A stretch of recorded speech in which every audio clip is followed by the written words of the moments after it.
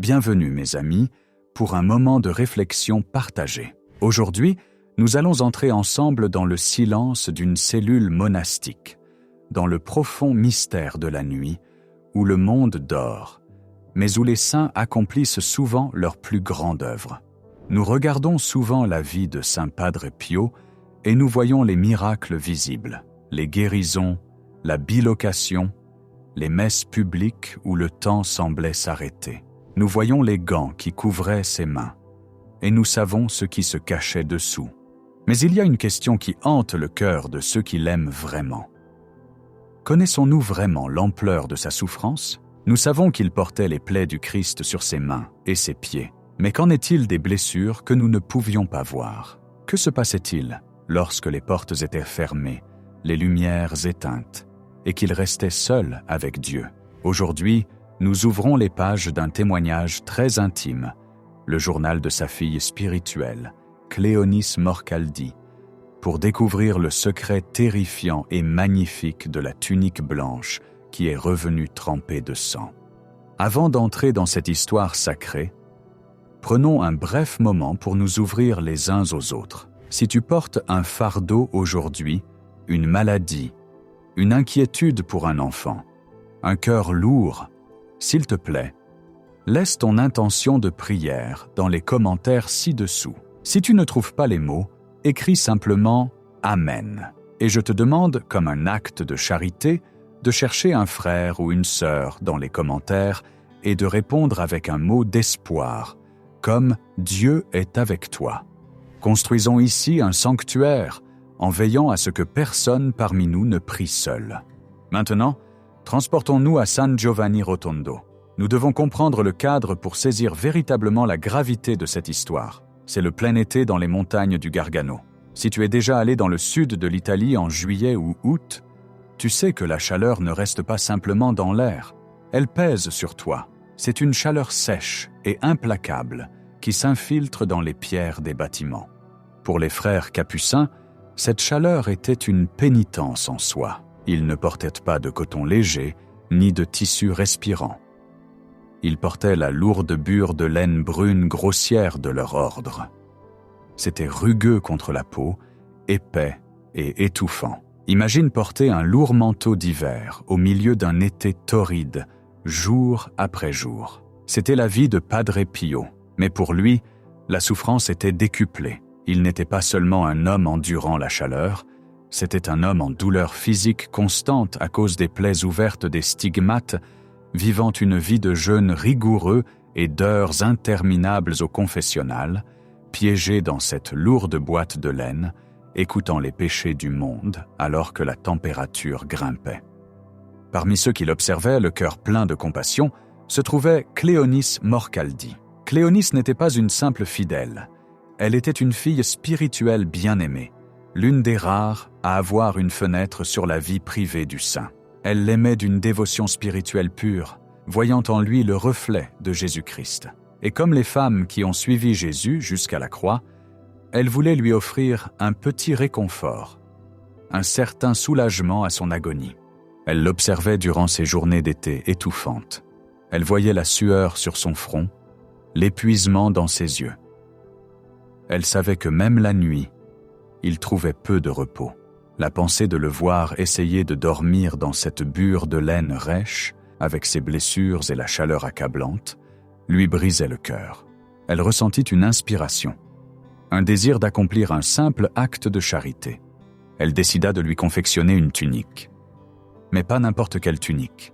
Elle trouva le lin blanc le plus fin et le plus frais qu'elle put obtenir. Le lin est différent de la laine. Il respire, il est doux contre la peau, il offre une touche de miséricorde dans la chaleur. Elle la cousit avec grand soin, imaginant le soulagement qu'elle apporterait à son père spirituel. Avec la tunique, elle prépara une paire de chaussettes blanches fraîches, pensant à ses pieds blessés.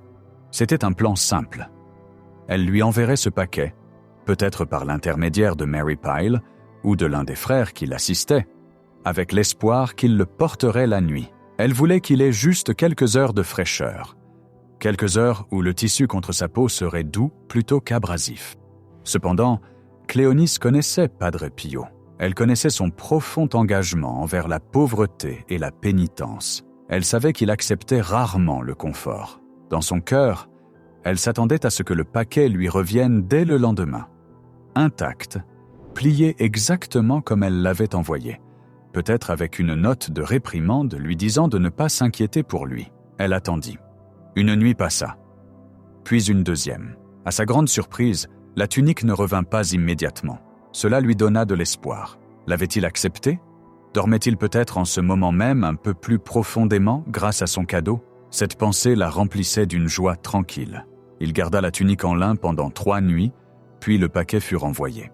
Lorsque Cléonice le reçut, elle dut ressentir un sentiment de satisfaction. Il l'avait utilisé. Elle avait réussi à lui donner un moment de soulagement. Elle emporta le paquet dans sa chambre, ayant peut-être l'intention de laver les vêtements et de les renvoyer pour maintenir ce cycle de confort. Elle posa le paquet sur sa table et commença à défaire l'emballage. Mais alors que le lin blanc se déroulait, l'air quitta la pièce.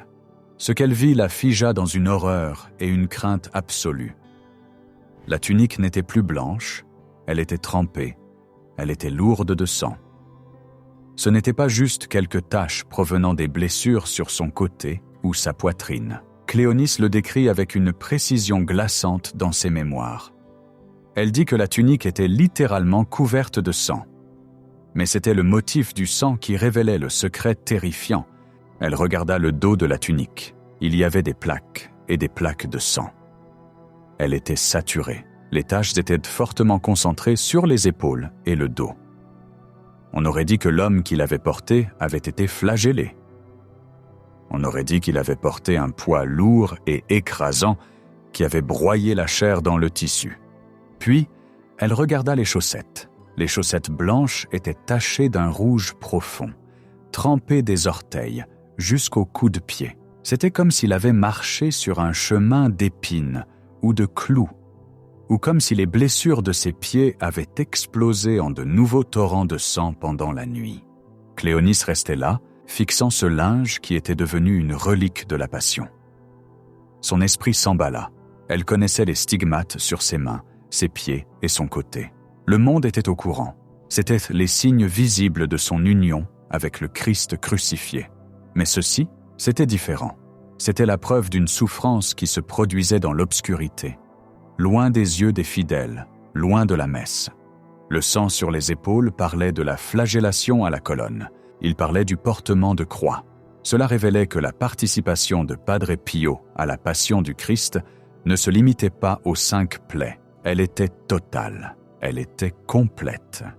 La réalisation la frappa avec la force d'un coup physique. Padre Pio ne dormait pas la nuit. Ou s'il dormait, son corps revivait la torture de Jésus d'une manière qui défiait toute explication médicale ou scientifique. Pendant que le monastère était silencieux, que le monde dormait dans l'ignorance, ce frère dans sa cellule était spirituellement et physiquement flagellé.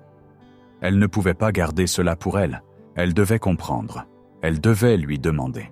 La fois suivante où elle le vit, l'atmosphère était lourde du secret qu'elle détenait désormais. Elle s'approcha de lui, probablement les larmes aux yeux, tremblant à la pensée de ce qu'il endurait. Elle l'interrogea sur la tunique, elle l'interrogea sur le sang.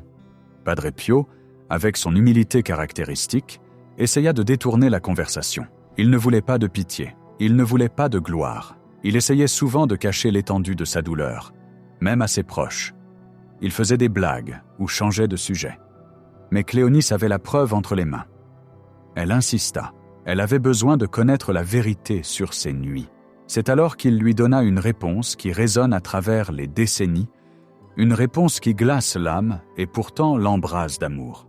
Il la regarda et dit « Ah, je souffre même lorsque je ne semble pas souffrir. Laisse ces mots pénétrer ton cœur un instant. Je souffre même lorsque je ne semble pas souffrir. » Il révéla ensuite à elle et à d'autres membres de son cercle intime, au fil du temps, la réalité de sa passion nocturne. Il expliqua que sa souffrance n'était pas un interrupteur qu'on allumait pendant la messe et qu'on éteignait quand il allait au lit. Il était une âme victime. Sa vie était une offrande pour les péchés du monde. Il révéla que la nuit, il ne se reposait pas simplement. Il subissait la flagellation.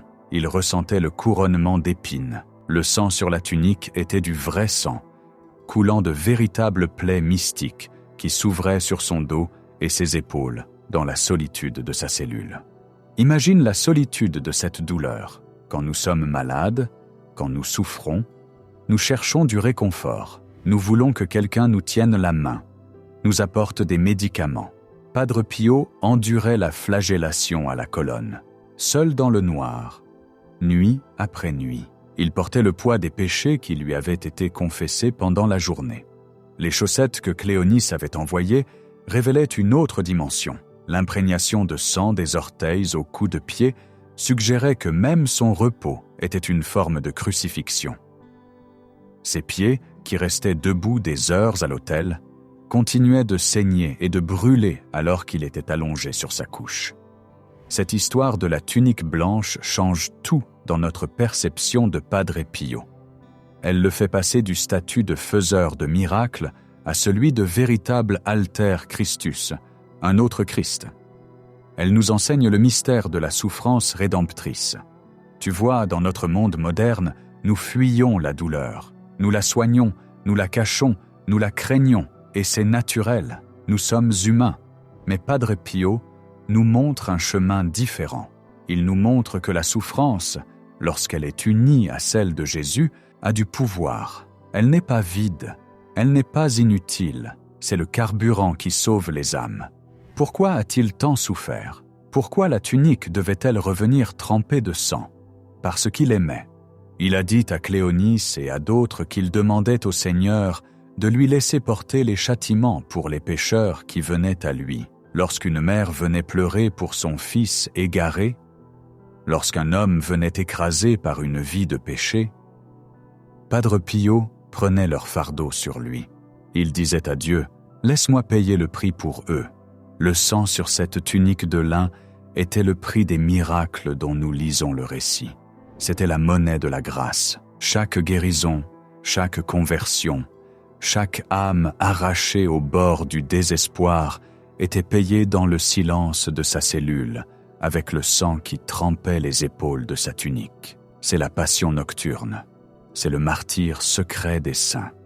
Il y a une autre couche à cette histoire que nous devons considérer. Cléonice a mentionné que le sang était frais. Ce n'était pas de vieilles taches séchées datant de plusieurs jours. C'était constant. Cela implique que la flagellation était un événement nocturne. Padre Pio a admis un jour à un frère qui l'interrogeait sur ses nuits. « Mon fils, si tu savais ce qui se passe la nuit, tu mourrais de peur. » Il ne parlait pas de démons ou de hantises, bien qu'il les combattît aussi. Il parlait de l'intensité pure de la passion qu'il avait le privilège et le fardeau de partager. Et pourtant, malgré cette réalité agonisante, Padre Pio était un homme de joie. C'est le paradoxe qui déroute le monde mais éclaire le croyant. Comment un homme dont le dos était déchiré par une flagellation mystique chaque nuit pouvait-il être le même homme qui plaisantait avec ses frères, qui souriait aux enfants, qui possédait une chaleur si douce? C'est parce que son amour était plus grand que sa douleur. Le sang sur la tunique n'était pas un signe de défaite, c'était un signe de victoire. C'était le signe qu'il tenait sa promesse à Dieu. Je serai une victime pour mes frères. En réfléchissant à la découverte de Cléonice, nous devons regarder nos propres vies. Nous nous plaignons souvent de nos petits inconforts. Il fait trop chaud, le lit n'est pas assez mou, nous avons mal aux pieds. Nous recherchons la tunique en lin blanc du confort.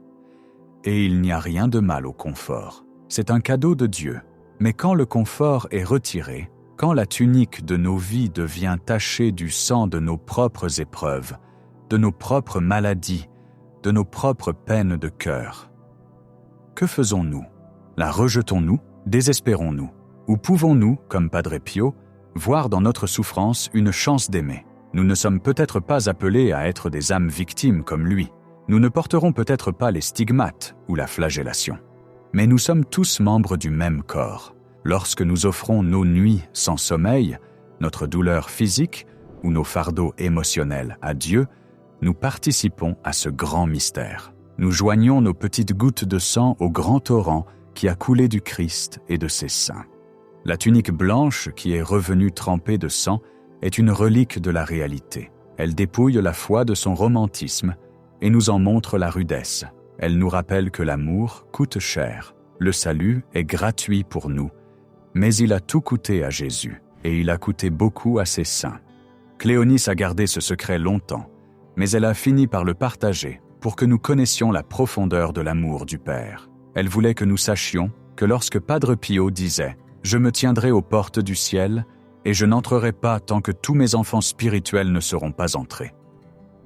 Il avait les cicatrices pour étayer cette promesse. Il avait payé notre entrée avec son propre sang, versé dans les coins tranquilles de la nuit.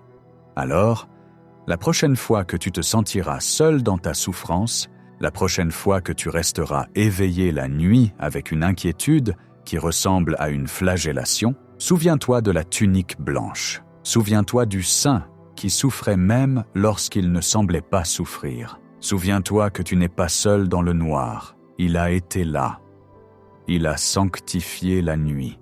Laisse cette histoire changer ta façon de prier. Au lieu de demander simplement que la douleur disparaisse, peut-être pouvons-nous chuchoter « Seigneur, utilise cela, uni à ton Fils et aux prières de Padre Pio. Utilise cette douleur pour le salut de quelqu'un qui en a besoin. Merci d'avoir marché dans ce mystère avec moi aujourd'hui. C'est une histoire lourde, mais c'est une histoire d'espérance ultime. C'est l'histoire de l'amour vainquant la mort. Une goutte de sang à la fois. En concluant, je t'invite encore une fois à regarder les commentaires ci-dessous. Lis les prières de tes frères et sœurs. Offre un « Que Dieu te bénisse ». Soyons le lin blanc les uns pour les autres, apaisant les blessures du monde avec notre charité et nos prières. Que l'intercession de Saint Padre Pio soit avec toi. Puisse celui qui a porté la chaleur et le sang pour l'amour des âmes se tenir à tes côtés dans tes propres épreuves. Et que la paix de Dieu qui surpasse toute intelligence garde ton cœur et ton esprit jusqu'à ce que nous nous retrouvions dans la prière.